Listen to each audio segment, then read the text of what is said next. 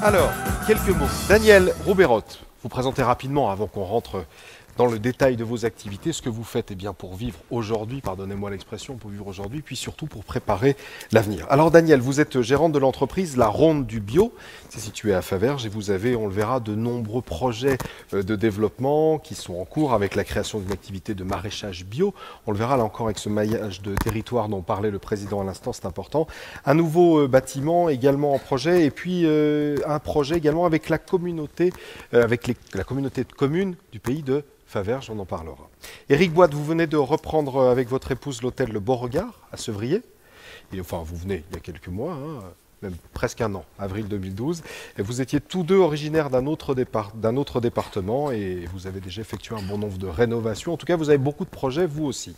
Tony Mérillon, vous êtes dirigeant de la société Charvin Mérillon BTP à Vallières, juste à côté de Rumilly. Vous avez su d'ailleurs développer un produit très innovant qui vous a permis, au moment où vous avez repris l'entreprise, d'impulser un beau développement. Et puis enfin Fabien Bourgeon, où vous avez repris l'entreprise familiale de décolletage DBG, c'est à Sonzier. Face au manque de visibilité de ce secteur, et personne ne va nous dire malheureusement le contraire, vous avez mis en place des outils permettant de s'en sortir. On verra de quelle manière vous avez fait tout cela.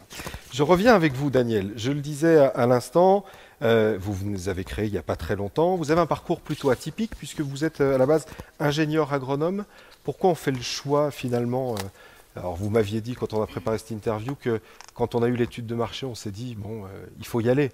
Pourquoi finalement on crée une activité comme la vôtre? Oui, alors c'est également un choix personnel, un choix de vie aussi. Moi j'ai un parcours, j'avais travaillé avant en chambre d'agriculture, donc j'avais également un parcours technique puisque je venais en appui auprès des agriculteurs. J'ai également été formatrice en maison familiale, donc auprès de jeunes, en formation en BTS Axe notamment. Et c'est vrai que nous, au niveau familial, nous sommes des consommateurs de produits bio depuis plusieurs années.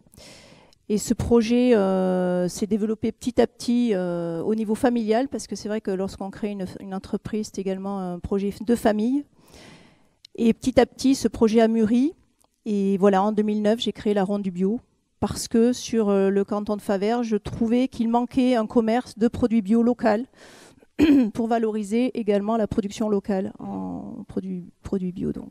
Alors aujourd'hui, justement, parmi les premiers éléments justement qui vous mettent en perspective, vous êtes locataire, c'est ça en ce moment, dans une zone industrielle, oui. Vous souhaitez déjà acheter et construire un bâtiment un peu particulier, c'est ça ? Voilà, tout à fait. C'est un projet que je mène avec la commune de Faverges depuis l'année 2010, parce que je souhaite pérenniser l'entreprise, puisque je suis effectivement locataire. C'est un projet qui me permettra de pérenniser l'emploi, voire de le développer. Et c'est un projet qui me permettra aussi de mettre le magasin aux normes par rapport à l'accessibilité, donc les normes qui arrivent en 2014-2015. Donc aujourd'hui, j'attends une réponse par rapport au SCOT du bassin annécien pour savoir si je peux m'installer sur cette zone, sachant que depuis 2010, on travaille avec la commune de Faverges sur ce projet. Voilà. Autre projet, alors celui-là, très intéressant, c'est tout bientôt, c'est au printemps 2013, c'est ça, une société coopérative d'intérêt collectif, ça va être à La Tuile cette fois-ci. Voilà, sur la commune de La Tuile, il y a une demande des habitants pour avoir un commerce parce qu'il n'y a plus d'épicerie multiservice sur cette commune.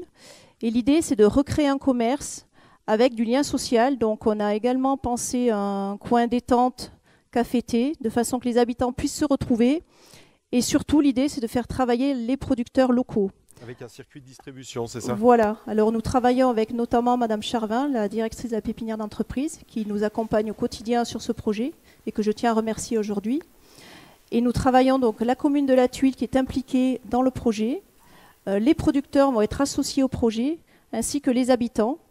Et bien sûr, le salarié, parce que dans une société coopérative, les salariés sont également associés à la structure. Donc nous en sommes au stade où nous avons les producteurs et les habitants qui s'associent au projet. Et l'objectif, c'est d'ouvrir au mois de juin 2013, donc très prochainement. C'est pour en faire un véritable lieu de vie, recréer le lien, c'est ça? Tout à fait. Et puis dernier projet, alors on voit, c'est assez incroyable, vous avez créé la Ronde du Bio il n'y a pas très longtemps et les projets, ça y est, mûrissent de partout. Le prochain, c'est une activité de maraîchage bio avec la communauté de communes, c'est ça, de Faverges, là encore. Voilà, le constat que j'ai fait au niveau du magasin, c'est qu'en fait, on manque énormément de légumes bio localement. Donc, nous n'avons qu'un seul producteur qui a déjà des difficultés à nous fournir parce qu'il n'a pas assez de production. Donc, l'idée, c'est d'essayer de sensibiliser les élus, les partenaires locaux pour qu'on puisse démarrer du maraîchage. Donc, je suis en partenariat avec la Chambre d'agriculture. Je suis en formation également pour démarrer le maraîchage, pour déjà approvisionner une partie de production donc pour le magasin, et puis également peut-être dans un deuxième temps voir la restauration collective locale, si on peut aussi intégrer des produits, des légumes bio pour les cantines scolaires. Donc ça, c'est un projet qui devrait démarrer en 2014, et donc la communauté de communes de Faverges devrait nous louer des terrains agricoles. Alors ce qui est intéressant, c'est dans votre intervention, ce qu'on sent bien, c'est cette passion, cette envie finalement de développer le territoire. C'est assez incroyable. On est créateur, on devrait souvent avoir d'autres problématiques. Et vous, au final, vous avez juste envie de développer le territoire. D'où vous vient cette envie ? Je pense que c'est aussi peut-être par le circuit que j'ai vécu de par ma formation et également mes divers emplois. Mais je pense qu'il faut, en tant qu'acteur du territoire, il faut qu'on soit ouvert aussi aux partenaires locaux et qu'on puisse mettre en place des projets collectifs, donc à plusieurs, parce que sur ces projets, je ne suis pas toute seule. Ça, c'est important. Sinon, je ne pourrais pas les mener moi-même. Et donc, pour le maraîchage, je travaillerai avec une partenaire, une associée, donc qui est en formation maraîchage bio également. Donc voilà, je pense qu'il faut être plusieurs pour mener ces projets, et plusieurs motivations font en fait que ces projets peuvent se réaliser. Alors Éric Boite, vous étiez plusieurs, vous étiez avec votre épouse finalement pour reprendre cet hôtel. 12 salariés à l'année, c'est ça? Et puis 20 saisonniers à peu près? Oui, à peu près, ouais. 45 chambres, 80 couverts. Quand on reprend un établissement comme ça, qu'est-ce qu'on essaye de développer pour pérenniser son entreprise? Tout du moins, il faut appréhender le métier et l'entreprise par elle-même. Il faut bien s'imprégner un peu de tous ses rouages et toute son activité. Et après avoir étudié un peu tout ce constat, essayer de développer au mieux cette entreprise. Déjà, c'était déjà une très belle entreprise. Et donc, on a des projets de développement au sein du restaurant, au sein de l'hôtel. Donc ça, c'est des projets que l'on mène petit à petit, tout en faisant attention. Là, je suis ravi d'être à côté d'une personne. Mon épouse serait ravie, puisqu'elle est en chef de cuisine. Elle est très sensible aux produits du terroir. On essaye de promouvoir un peu les circuits courts au niveau de nos approvisionnements. Donc, au sein de notre groupement du LAD, de groupement hôtelier restaurateur, on a eu des réunions aussi pour mettre en évidence au niveau de la chambre d'agriculture, essayer de mettre en place ces circuits courts. Donc ça, c'est important. Même le consommateur est très sensible à ça. Ce sont des arguments que vous utilisez au quotidien? Bien entendu, face à notre clientèle. Et ils sont vraiment très réceptifs de tout ça. Ça, c'est très, très important. Dans votre projet de développement, vous avez commencé par quoi? Vous avez commencé par le restaurant, par l'hôtel, dans ce projet de rénovation quelque part? Alors, on a commencé par le restaurant. Le restaurant interne au sein de l'entreprise, et aussi au niveau de nos terrasses. On réhabilite un petit peu, on refait, voilà, ça... On refait un établissement, voilà, à notre image, voilà, tout simplement. Ça a bien fonctionné jusque-là, mais bon, il y a un temps pour tout. Ça veut dire qu'il y a un temps pour reprendre ou racheter et le temps pour développer? Exactement. En aucun cas, fallait faire quoi que ce soit à la reprise. Il fallait vraiment appréhender et s'imprégner des lieux, donc pour pas faire n'importe quoi. Vous, Tony Mériot, quand vous êtes arrivé, vous avez racheté également une entreprise. Hein, c'était en 2004, 20 salariés à l'époque. 40 aujourd'hui? Oui, tout à fait. Et la recette, elle tient pardon de l'expression, mais en une innovation, si vous me permettez le raccourci? Alors, entre autres. Pas tout à fait. Le développement de l'entreprise entre 2004 et aujourd'hui est un développement, je dirais, traditionnel d'une entreprise de bâtiment. Et aujourd'hui, le grand axe de développement, c'est la création d'une nouvelle entité qui va être spécifique justement à l'utilisation de béton haute performance, avec des innovations pertinentes aujourd'hui dans l'évolution des normes de construction, avec des dépôts de brevets, sur des appuis d'ouverture à rupture de pont thermique et accessibilité PMR, qui sont tout à fait aujourd'hui dans l'évolution des normes de construction.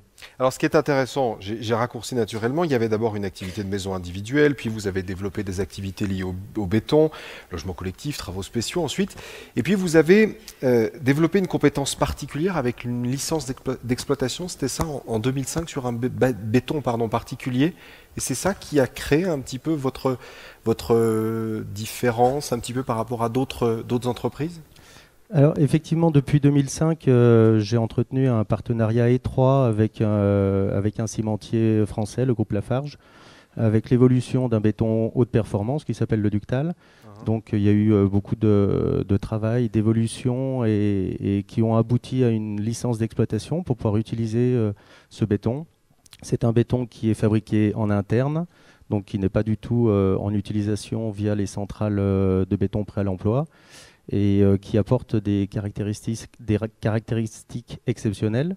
La plus-value un petit peu, c'est que c'était une entreprise de maçonnerie à la base, donc on a pu mettre en œuvre des solutions innovantes et être force de proposition auprès des acteurs pour pouvoir amener des solutions techniques nouvelles qui permettent de diminuer les quantités de matière mises en place, les quantités de matière transportées, et puis travailler dans des épaisseurs plus fines et apporter des solutions globales, tant en termes de résistance, durabilité, protection contre les agressions atmosphériques et climatiques, traitement esthétique, et puis traitements structuraux, et notamment pour des réparations d'ouvrages de génie civil. Alors, ce qui est justement incroyable, c'est que vous êtes devenu par ce biais quelque part un expert reconnu, vous étiez invité lors de grandes conventions, ça vous a permis de vous développer. Vous l'avez dit, vous continuez votre développement avec une stratégie de dépôt de brevets. C'est quelque part comme ça qu'on arrive à assurer la pérennité d'une entreprise comme la vôtre, essayer de se différencier tout simplement? C'est comme ça qu'on prépare demain quelque part? Alors en tout cas, je ne sais pas si c'est comme ça qu'on arrive, mais en tout cas c'est la volonté. La volonté, c'est effectivement, grâce à ces brevets, d'avoir justement une petite note différente pour essayer de se positionner sur de nouveaux marchés et qui nous permettent de nous développer tant en local qu'en national et à l'export en Europe. Et puis ça passe également, j'imagine, par la formation. Vous avez d'ailleurs vous-même été formé à l'école des managers, comme votre voisin, on en parlera dans quelques instants. Vous essayez également de tirer l'ensemble de vos collaborateurs vers le haut? Alors effectivement, dans la partie béton spécifique, il y a des formations très techniques qui sont organisées afin d'être toujours à la pointe du produit, parce que le produit ne cesse d'évoluer. Et au niveau de la technicité d'utilisation et de mise en place, ça nécessite des formations régulières afin que les collaborateurs soient toujours à la pointe du matériau qui est très performant. Je sens en vous quelqu'un qui se remet en question chaque jour. Oui, qui se pose des questions en tout cas, parce que effectivement le cadre général du bâtiment est plutôt un cadre complexe dans une activité difficile. Et aujourd'hui, je pense qu'il faut à une entreprise un petit adjectif pour essayer de sortir son épingle du jeu, parce que c'est relativement difficile. Oui, aujourd'hui, et puis surtout, on prépare demain. Alors, il y a quelqu'un qui s'est bien remis en cause à côté de vous, Fabien Bourgeot, si vous permettez l'expression. 20 personnes, transmission anticipée, c'était papa qui avait l'entreprise, c'est ça, et vous l'avez repris il y a 2 ans. Petite et moyenne série, plutôt dans le haut de gamme, pour ceux qui connaissent le décolletage. Alors, vous avez fait un pari qui est assez intéressant. Il y avait, et on le sait tous, cette crise en 2009, manque de visibilité, activité pas suffisante, et là vous vous êtes dit, il faut agir maintenant. Oui, on a essayé de profiter de cette crise, de ne pas la subir. On a profité d'un dispositif qui a été mis en place où on avait beaucoup d'aide sur la formation. Donc en 2009, au lieu de rester chez nous en attendant les commandes, on s'est mis à faire de la formation. On est resté ouvert, l'entreprise est restée ouverte toute la semaine, du lundi au vendredi. On n'a pas fait beaucoup de chômage partiel et on a fait énormément de formation. Ce qui vous a permis, et vous me l'avez dit, d'améliorer les délais, changer les process, standardiser, être plus souple, c'était carrément changer la culture de l'entreprise ou pas? Oui, parce que l'entreprise était très ancienne, quelques mauvaises habitudes, mais oui, on a essayé au maximum de simplifier et standardiser. C'était mes deux mots dans la tête tout le temps, standardiser, simplifier, au maximum, pour diminuer les délais, pour perdre le moins de temps possible, d'être le plus performant possible. Ouais, et tout ça en formant vos personnels. Voilà, et vous-même complètement. aussi, parce que école des managers. Oui, c'est pas, j'étais pas tout seul. Voilà, c'est l'ensemble Pas de tout seul à l'entreprise. l'école. C'est l'ensemble de l'entreprise qui a été formée pour vraiment évoluer. Est-ce que ça veut dire que, vous me l'avez dit, mais vous ne passeriez pas cette crise si vous n'avez pas fait ce choix en 2009 ? Ben, on l'aurait peut-être passé. Par contre, après, quand ça a redémarré, je pense que là, on n'aurait pas passé. Ouais. Et puis là, la crise actuelle aurait été beaucoup plus dure à passer aussi. Oui, là, on voit que tous les efforts qui ont été faits et toutes les actions qui ont été mises en place depuis 2008-2009, on est content d'avoir ces outils, ces moyens, cette organisation. On est très réactif, très souple. Pour répondre au mieux à nos clients, puisque nos clients sont comme nous, n'ont aucune visibilité. Ouais. Leurs commandes sont avec des délais très très courts. Donc si on veut continuer à avoir des commandes, il faut qu'on fasse pareil. Ouais, parce que les règles ont changé, c'est le tout de suite. Et c'est à vous de vous adapter. Ah, complètement, oui. C'est pas une vérité. C'est pas qu'on avait envie de changer, c'est qu'on s'est adapté si on n'a pas le choix. À nos clients. Est-ce que vous arrivez encore autre problématique qui est assez récurrente malheureusement dans votre secteur, c'est l'image de votre secteur. Est-ce que vous arrivez à trouver des personnes qui sont pour le coup souples et qui ont une bonne image de votre... L'image est très compliquée de l'industrie. Je pense que si vous écoutez un petit peu les médias actuellement, l'industrie, oui, c'est un peu schématisé. Je pense qu'on schématise un petit peu. Les médias nous font beaucoup de mal actuellement. L'industrie, c'est les grands patrons et les syndicats. Excusez-moi des termes, mais voilà. Ouais, ça se résout à ça. Et on ne sait pas ce que fait l'entreprise. Si elle fait des pneus, si elle fait des échafaudages, on ne sait pas du tout. On parle de quoi? Des grands patrons et des syndicats. Ouais. Et au final, on ne s'intéresse pas à ce que vous faites à l'intérieur, ce qui n'intéresse donc pas les jeunes à venir chez vous. Bah, pas du tout, non. Pas du tout. Nous, on ne se retrouve pas du tout dans cette image. Donc après, il y a plein de choses qui sont mises en place. Nous, les premiers, on fait beaucoup d'efforts sur notre image. En interne, on a fait des portes ouvertes pour les familles des salariés, parce qu'on avait vu que nos salariés donnaient une mauvaise image de l'industrie. Donc, on a déjà commencé par ça, par faire des portes ouvertes pour nos salariés, pour qu'ils puissent parler en bien de l'industrie. C'est préparé demain. C'est préparé demain, finalement. Bah, complètement. L'industrie, c'est des super métiers actuellement qui sont très techniques. On a besoin de gens très compétents et on a encore une image qui est pas bonne du tout. Ouais. Donc au-delà de changer vous au quotidien, vous avez besoin également que ce changement, tout le monde en parle. Ben, ce serait bien que tout le monde en parle. Ce serait mieux. Ça serait bien. Mais voilà, en plus, c'est complètement à l'opposé de ce qu'on essaye de faire nous, c'est de s'adapter et de changer. Ouais. Et quand je participe au salon Smile depuis 5-6 ans, c'est un salon qui représente une entreprise où tous les métiers sont présentés. Ouais. Et on accueille des jeunes collégiens pour leur expliquer les métiers de l'industrie. Et quand on voit les professeurs, le niveau d'implication qu'ils ont dans ces journées, c'est dramatique. C'est dramatique. Bon, c'est un autre débat. Mais c'est un autre débat, mais il faut le dire. Voilà. On comprend bien. Bon. C'est aussi comme ça, en effet, qu'on arrivera à développer le tissu des entreprises. C'est clair. C'est clair. Alors, restez encore quelques minutes avec moi. On va maintenant découvrir le témoignage d'autres chefs d'entreprise qui, finalement, ont les mêmes problématiques que vous, qui sont, là encore, comme vous, très actifs au quotidien pour développer, comme vous, leur entreprise. Tous acteurs, finalement, de notre avenir. On découvre tout cela en images. Bonjour, Frédéric Ulrich, moi je suis dirigeant de la société AD Software.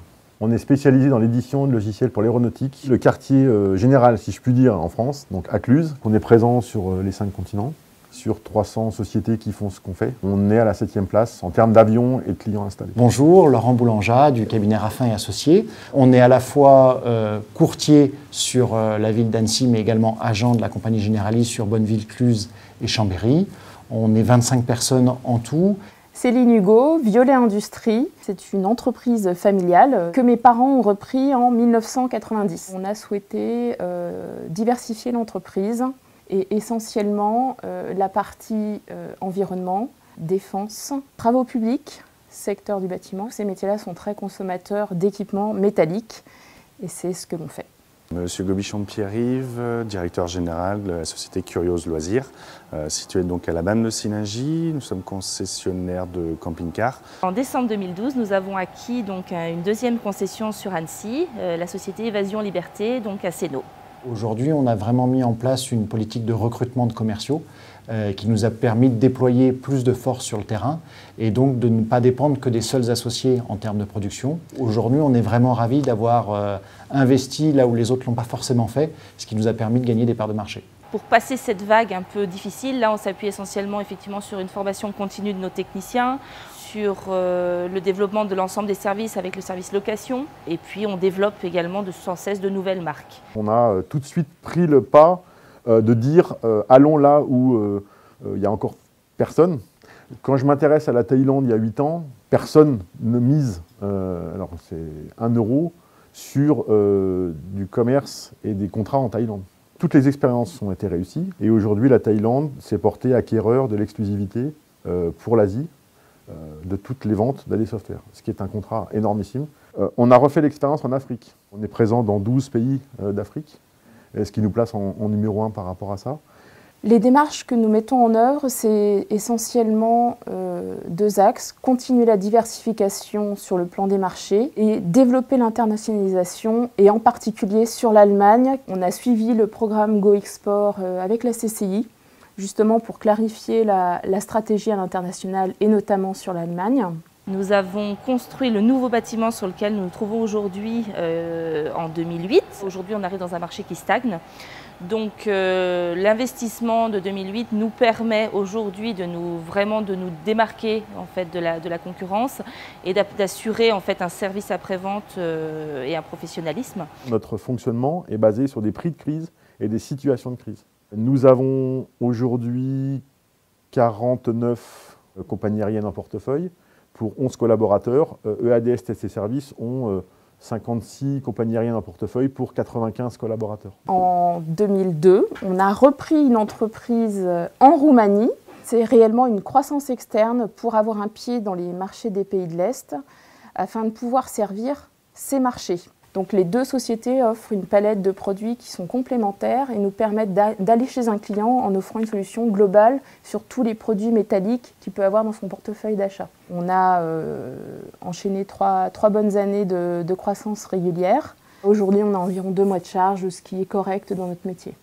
Moi, mes attentes, c'est, je pense justement, de ne pas toujours être en permanence dans des grands process. Les grandes structures qui peuvent nous accompagner, la CCI, puisque c'est le cadre d'aujourd'hui.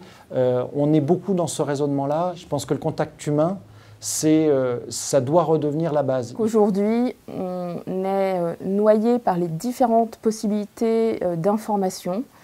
On a trop d'informations, on ne sait plus où donner de la tête. Et évidemment, je pense que la superposition de toutes ces couches, elle a un coût, que finalement c'est l'entreprise qui supporte ce coût.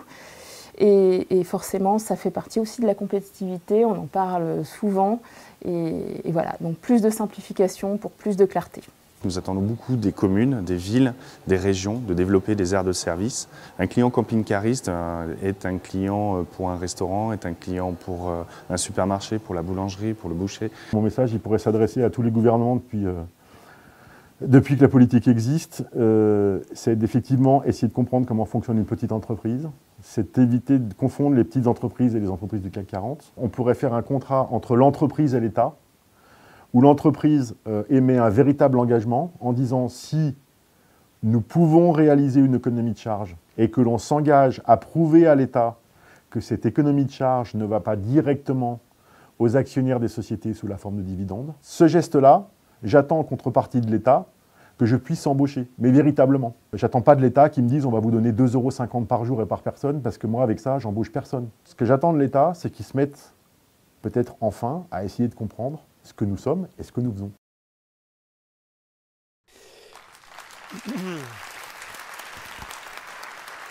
Merci. Là encore à ces entreprises témoins qui nous font le plaisir d'être là ce soir. Fabien, vous attendez quoi, vous? Quelles sont vos attentes vis-à-vis des autres acteurs économiques? Là, on en a entendu un bon nombre. Qu'est-ce que vous attendez? On l'a compris en termes de formation, il faut changer. Je pense qu'en termes de formation et d'image, vous l'avez compris. Oui, j'ai bien compris. Je pense aussi qu'on a besoin de souplesse, puisque l'activité est de plus en plus cyclique, et on a besoin de souplesse. Nous, on est de plus en plus souple, on s'adapte de plus en plus, mais il faut que tout le monde nous aide dans cette action. Est-ce que vous êtes entendu par vos partenaires bancaires et ainsi de suite aujourd'hui? On est très bien fourni localement. Je pense que tous les acteurs locaux, qu'ils soient publics ou privés en Haute-Savoie, sont souples et s'adaptent très vite. Par contre, il y a encore du boulot un peu plus haut, je pense. Pour vous, Tony, vos attentes?